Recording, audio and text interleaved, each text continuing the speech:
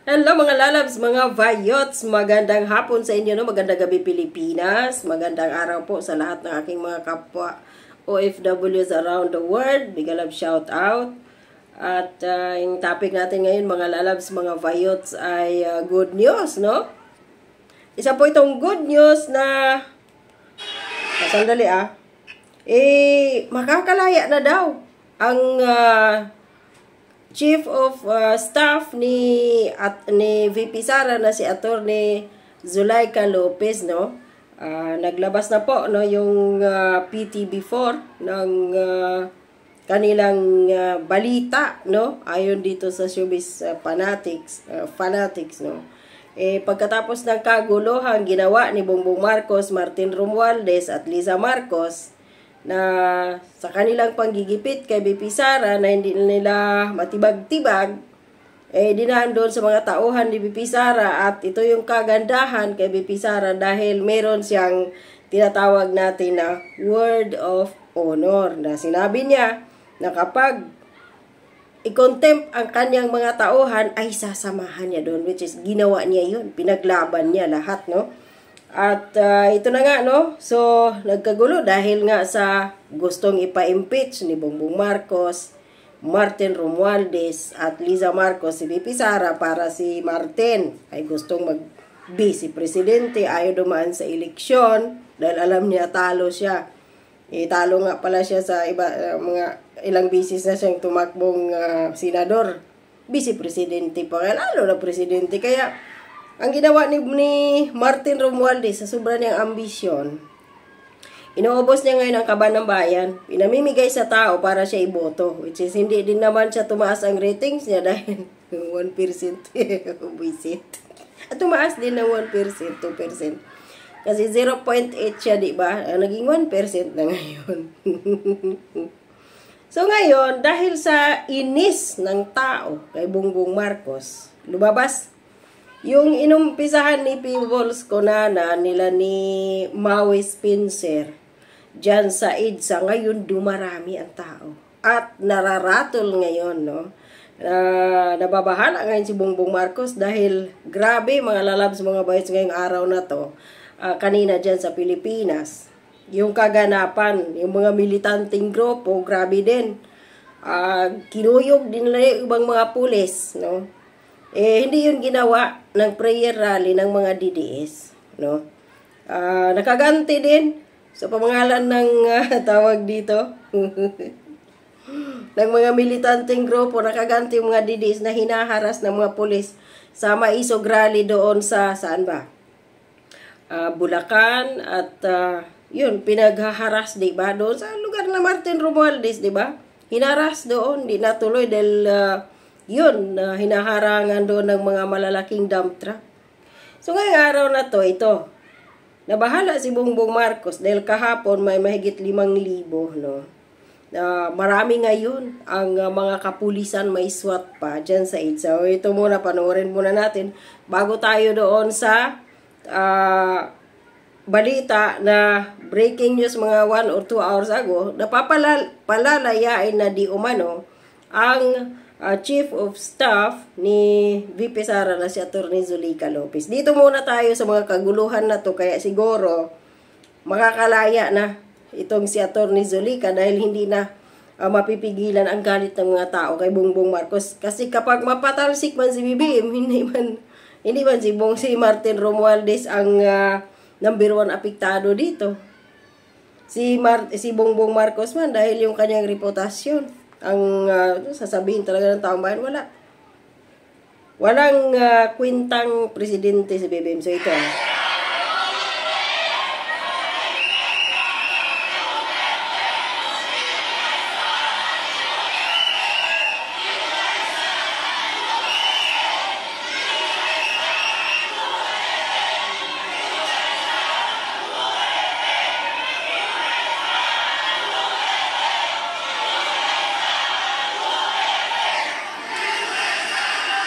dami yan.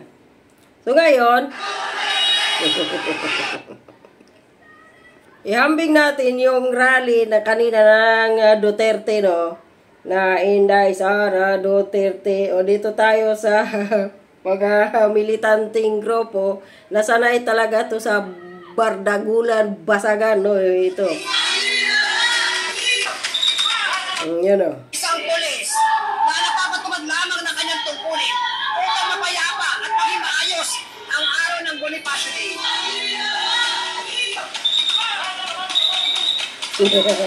Natakbo. Ano ngayon, ah? At ito sa page ng tambayan ng pulis.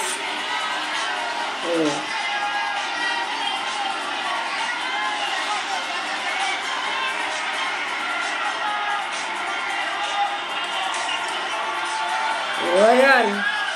Ayun na.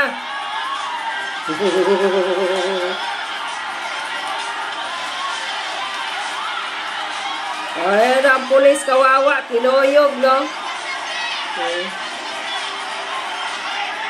Kawawa yung pulis. Kawawa yung pulis, mga lalabs. Kinoyog. Mas matutuwa ako kung yung kinoyog ng mga militanteng grupo na to ay yung si Capri Torre, General Torre, at saka si General, yung Marvel na yan at PNP chief. Kung yun ang kanilang kinoyog, mas magbunye ang marami, mga lalabs, mga bayots. So, hindi yan, dahil ito, balita ito ng, ano ba ito? GMA News. O, andito nga siya, yung kanina. Grupo ng mga makakaliwa, yun, Militant groups hold protest on Bonifacio Day. Alam naman natin sila, sanay sila sa ganyan sa mga basagan. Unlike doon kanina sa mga Duterte, tahimik lang, Duterte, yun lang sila, walang ganitong klase, no? So dito na tayo, ito yung mga kaguluhan, mga lalabs, mga bayot, nang dahil sa sunod-sunod na rally ng mga Duterte supporters, si Bongbong Marcos ay talagang nabahala. So ngayon, si Atty. Zuleika Lopez, nananawagan di ba si Bongbong Marcos, na kunwari kanilang planong impeach kay Sara, hindi na matuloy. Tapos sinuplak siya si BBM, sinupalpal ni Franz Castro na hindi siya dapat makialam sa Kongreso. Tuloy ang impeachment ni BP Sara, so hindi pinakinggan si BBM. So ngayon ito, palalayain daw. Pakinggan natin itong showbiz fanatic, no? Dahil ito ay aate naman sa mga scheduled na hearing ng Committee on Good Government and Public Accountability. Ayon sa full report na inilabas ng FITV4, naglabas na ng release order ang House Committee on Good Government and Public Accountability para kay Atty. Zuleika Lopez. Ibig sabihin, makalalaya na ang Chief of Staff ng Office of the Vice President kapag naisailalim na siya sa medical examination. Inilabas ng komite ang kautosan ngayong Sabado, November 30, kasabay ng pagkakapaso ng contempt order na ipinataw sa opisyal. Unquote, ayon sa court order ng House of Representatives sa pamumuno ng Committee on Good Government and Public Accountability, makakalaya na mula sa iligal na pagkakakulong ay mismo silang veteran lawyer ang Chief of Staff ni Vice President Sara Duterte na si Atty. Zuleika Lopez na siyang tila pinag-initan ng convicted criminal at ACT Teacher Party List representative na si Franz Castro. Matatandaang sinabot ni Vice President Sara Duterte ang chairman ng Committee on Good Government and Public Accountability na si Joel Chua na tila ipamuka ng Vice Presidente kung gaano kawalang alam sa batas ang mga mambabatas na siyang tila dumidinig ng confidential issue ng Office of the Vice President. Muling balikan. Ito na yon. So malinaw, makakalaya na daw kapag matapos na lahat ang mga medical test ni Atty. Zuleika Lopez. Sana totoo to. At ito na. Kapag makalaya na si Atty. Zuleika Lopez, tuluyan na po sana ni VP Sara at ni Atty. Zuleika Lopez. Kasuhan ninyo na yung mga nasa Kongreso na nang iipit sa inyo. Hindi lang sa inyo, sa mga kasamahan ninyo dyan. Huwag na ninyong bigyan pa ng chance si Bongbong Marcos at ang kanyang mga tauhan. Dahil bakit? Hindi po sila naaawa sa inyo, hindi sila naaawa sa taong bayan. Tuluyan na po. At despite dun sa panawagan ni BBM na wag ipa-impeach si VP Sara dahil natatakot siya na dahil baka siya yung mapatalsik dahil ma-people power, tuluyan niyo na po sanang patalsikin si Bongbong Marcos dyan sa Malacanang at ang kanyang asawang Palaka. Palayasin na ninyo yan para gulatin ba tapos tumalon siya doon sa Ilog Pasig. Total Palaka naman siya. Palayasin na po ninyo. Maawa kayo sa sambayan ng Pilipino. Andoon kayo ngayon sa Pilipinas, nagtipon na kayo, parami kayo ng parami. Tuluyan ninyo na po, palayasin si Bongbong Marcos para makatikim naman tayo ng kunting ginhawa.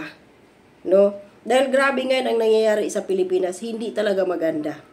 At balikan yung mga nanggigipit dyan, no, ng mga lalo na dyan sa AFP, grabe kayo. Yung mga matataas na mga officials dyan, di kayo nahiya. Pira ng taong bayan, nasusuhulan kayo. Wala kayong mga dignidad sa mga sinumpaan ninyo na gampanan ninyo to protektahan ang taong bayan. Yung pala'y pinoprotektahan ninyo yung presidente at ang inyong mga bulsa. Mga hinayupak kayo. Kung ano masasabi ninyo dito, mga lalabs, mga bayots? Sana matuloy, no, na makalaya si Atty. Zuleika Lopez para makapag-file din sila ng kaso sa mga taong nanggigipit sa kanila. Comment down below po. Maraming salamat. God bless and stay safe. Bye-bye.